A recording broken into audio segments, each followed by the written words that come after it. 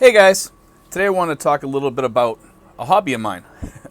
A long time ago, I saw a painting at a doctor's office one time, and it was a copy of a Vermeer, The Girl with the Pearl Earring. And the guy had done such a good job on it. I was like really, really impressed with it, and I fell in love with that painting because it was just such a beautiful painting. And then I had seen other copies that other people had done, and somebody tipped me off and told me, they said, Steve, all it is a paint by numbers. And I says, no, that's not a paint by numbers because of the fact that, I says, the paint is blended. I says, paint by numbers is paint by numbers. You just fill in the spots that have the number, and you paint that area all that color. And he turned me on to something like a totally different world because it was something, I've seen paint by numbers and they usually don't look that nice. Unless you get something that's really, really detailed and you step back from it, then you can't tell it's a paint by numbers. Well, anyway, what happened was, after the person had told me that about that they had mixed colors and stuff like that, and they had blended to make the paintings look that good, I was kind of shocked, because I had never thought of doing a paint by numbers. I like a lot of old paintings, and I always wanted to copy some. I've done some pencil drawings that I used to do, and I painted probably about 700 duck decoys when I lived in New England. That was me and my father's hobby. My father used to carve a lot of duck decoys, and I used to actually buy some from a factory maker too. But I used to paint them, and I painted probably about 700 duck decoys over time, which is totally different than painting a portrait or something like that. They're not even the same type of painting. It's not even similar.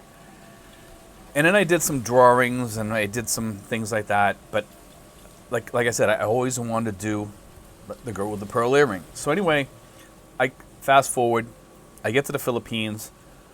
I'm looking on Lazada through paint by numbers just to see what they have on there, and thinking that maybe I could take something on there and do something with it so that I could have like a famous style painting, look, but have my own characteristics on it or have my own style in it a little bit too, like these other paintings that I had seen. Well, I seen the girl with the pearl earring on there, so I said, you know what, I'm gonna buy that. I'm gonna get it. So I get it. I start painting it, and I'm doing all inside the lines and stuff like that. And then I realized, I says, something? I'm not gonna stay in the lines. I'm not gonna do the same painting. I'm gonna do some things inside the lines, and some things I'm gonna give my own creation to, and I'm gonna do my own thing with. So I started changing a few things, because the paint by numbers, when you're doing a painting that has a lot of detail to it, it loses all that detail. It's not there. It's just not there. So what I did was I started adding things that I could see on the painting that weren't added on the paint by numbers.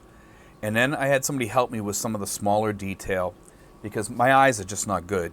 As you get older, your eyes are just not that good. And I couldn't do some of the things like on the earring. I could probably do it if I spent a lot of time on it, but I asked for some help, and I asked this girl to help me that's a painter to put a second coat over some of my stuff for me, because I just didn't feel like doing it. I had already did the painting. The painting was complete, basically, except for a few minor, like really tight details that I couldn't do with my eyes. But when you looked at it, it looked like the girl with the pearl earring. So I had her help me on that, and then, I had already touched up a few things. She did a few things for me too, like that I asked her to do. Between the two of us, we come up with this painting. And she worked a little bit of like I said, the finer details and a few of the blending things. I had blended a few things a little bit before too. She blended a little bit more of the headdress, a little bit more, and what we came out with was simply beautiful. It came out really, really nice. I was really, really impressed with the painting when we got it done. So when I looked at it, I was like, wow, it looks like the girl with the pearl earring. When you stand back from it, when you get close, it looks different.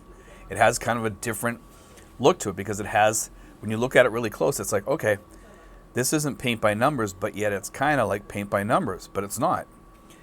The thing is, when I saw the face, I liked the way the face was, where it was layered and not blended. So I kind of left that alone. I didn't touch it. I just kind of left it. There was a couple things that I didn't want to blend. Other things were blended, and I had me and Erica, that's the girl's name, who helped me. She's a younger girl. She helped me do it. You know, and between the two of us, we really did a good job on it. But the one thing that I noticed about the painting that was the greatest, and here's the thing. When you put the lights on low, her face almost pops and looks three-dimensional at night. It looks three-dimensional. It almost pops out of the picture at you. And no matter where you go in the room, it seems like the girl's watching you in the painting.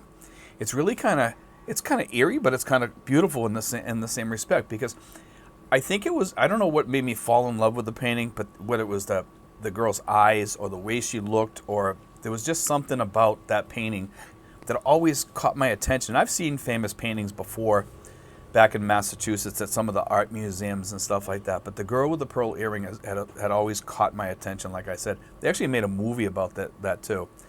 But anyway, you know, I showed the picture at the beginning of this, and, you know, so you guys could see the painting and stuff like that, and it is really kind of cool, and it, you know, it's a good hobby. So for you guys out there that don't know how to paint that well, and I'm not saying I'm a great painter by any means, because I'm really not. I I can paint a duck decoy like there's no tomorrow and make it look really, really nice. That's something that I do. You know, I can still do that to this day. But ask me to do a portrait, and I'm totally lost. I don't even know where to start. So the paint by numbers certainly gives you a great start. It kind of gives you that, you know, you need something traced on there, so the paint by numbers gives you that. And then you can work from there. You don't have to stay in the numbers, guys. You can do your own painting. You can change these paintings up a little bit and make it look the way you want it to look.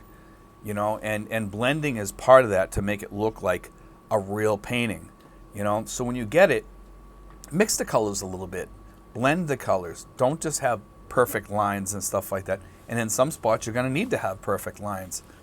So, you know, for you guys that want to take up a hobby, take up paint by numbers. It's certainly a great hobby to do. It's fun. It's refreshing. It'll keep you busy. You know, you don't have to work on it all the time. You could take months on it if you want, you know. You order them. You can order them from Lazada over here in the Philippines. It's quick, simple, fun. You know, you can do them in a few days if you really, you know, stick to it.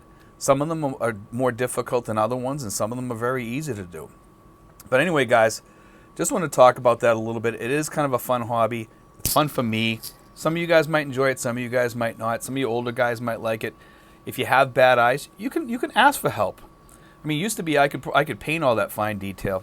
Now I can't, you know, because my eyes are gone. So I needed a little bit of help, and I did, you know, ask for a little help from a girl that does do painting. So, you know, it's okay to ask for help, guys. It's still, you know, your painting overall. You know what I mean? It's, yeah, you had a little help on it. It's okay.